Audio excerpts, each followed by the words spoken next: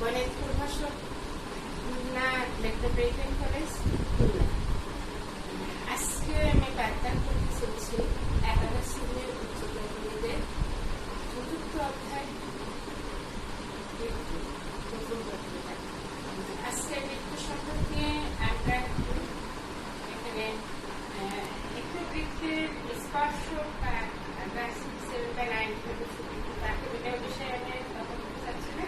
এখন বৃত্তের স্পর্শক বা পুনরাবৃত্ত যদি আমাদের মূল বিন্দু দিয়ে যায়, তখন আমাদের সে মূল বিন্দুতে যদি কেন্দ্র থাকে তখন তার সমাধানটা কি হবে, আর মূল বিন্দু ব্যতীত যে আমাদের অন্য কোথাও যদি কেন্দ্র থাকে তখন তার সমাধানটা আমরা কিভাবে লিখবো। ওই দুইটা জিনিস আমরা মোটামুটি আগে রেখে সে কিভাবে আসে বা সূত্রটা কিভাবে আসে, তখন ওই সংক্রান্ত ব্যাপারে আমরা একটা সমস্যার সমাধান করব।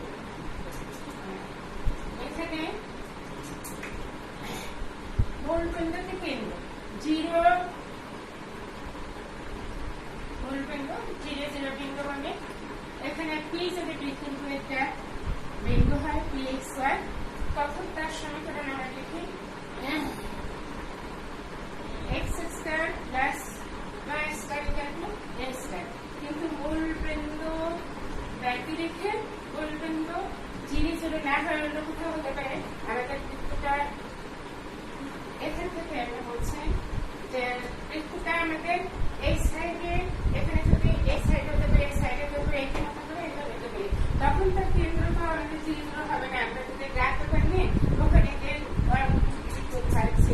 এরকম হতে পারে, তখন আমাদের সেই বৃত্তটার সঙ্গে কি হবে, কেন্দ্র যখন হবে এটা হবে, আর কেন্দ্র বাইরে যখন হবে তখন আমরা ধরবো সেই বিন্দুটা একটা স্থির বিন্দু এইচকে আমরা ধরি। তারপরে আমরা বুঝছি বৃত্তের উপর যে কোনো একটা বিন্দু পি এক্স ওয়াই এক্স দেখার পরে পি বিন্দু থেকে আমরা এক্স পুরোপুরি একটা লম্ব আমরা পিএন এবং সি বিন্দু থেকে যে কেন্দ্র এসছে তখন থেকে আমরা এক্স লম্বটা আছে সেটা হচ্ছে সি।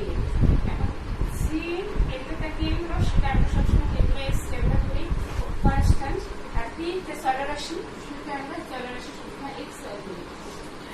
এখন আমরা পি এর উপর সি টুকে যোগ করছি, যোগ করার পরে এখান থেকে আমাদের সি এন এটা কে আসে প্লাস করি এবং আমাদের ওখানে আসে পি এন এটা ওয়াই আসে। তাহলে আমাদের ওয়াই এন এটা সি, এখানে ওয়াই এন এটা এক্স আসে আর পি এন এটা ওয়াই আসে, আর ওয়াই এন এটা এক্স আসে, সি এন এটা কে আসে। এখান থেকে আমরা দেখতে পাই এখন এখানে একটা সমকোণী ত্রিভুজ উৎপন্ন হয়। সমকোণী ত্রিভুজটা হচ্ছে সিপিপি। এখন পিথাগোরাসের উপপাদ্য আমরা সবসময় পিথাগোরাসটা একটু ফলো করে যে পিথাগোরাসের উপপাদ্য আমরা এখানে যদি আমরা দেখি যে এখানে এই কোণটা যদি আমাদের 90 ডিগ্রি হয়, তাহলে অতিভুজ square equal two opposite square. অতিভুজ স্কয়ার এখানে ওখানে সমকোণী ত্রিভুজ সিপিপি সমকোণী হয়, ওখান থেকে অতিভুজ স্কয়ার, অতিভুজ সিপি স্কয়ার, আমাদের অতিভুজ স্কয়ার আছে PP square, CP square equal to PP square plus CP square. অতিভুজ স্কয়ার ওখান থেকে সিপি, ওটা আমাদের অতিভুজের সিপিটা কি, এখানে আমরা সিপি, এই সিপিটা আমরা এখানে সিপি ইকুয়াল টু আমরা লিখতে পারি এনএম লিখতে পারি না, এনএম লিখতে পারি। এনএম তো কতটুকু অংশ, OM minus OM, OM minus OM আমরা আগে ওখানে জানি এন ইকুয়াল টু এক্স আর এইচ। তাহলে এইটা আমাদের কেন্দ্র যদি এইচকে হয়, এখন নির্দিষ্ট কেন্দ্র নির্দিষ্ট ব্যাসার্ধ যদি দেওয়া থাকে, আমাদের নির্দিষ্ট একটা কেন্দ্র নির্দিষ্ট একটা ব্যাসার্ধ যদি থাকে, ব্যাসার্ধ যদি এইচ নির্দিষ্ট কেন্দ্র নির্দিষ্ট ব্যাসার্ধ আমরা এ হচ্ছে, তখন তার সঙ্গে x minus x square plus y minus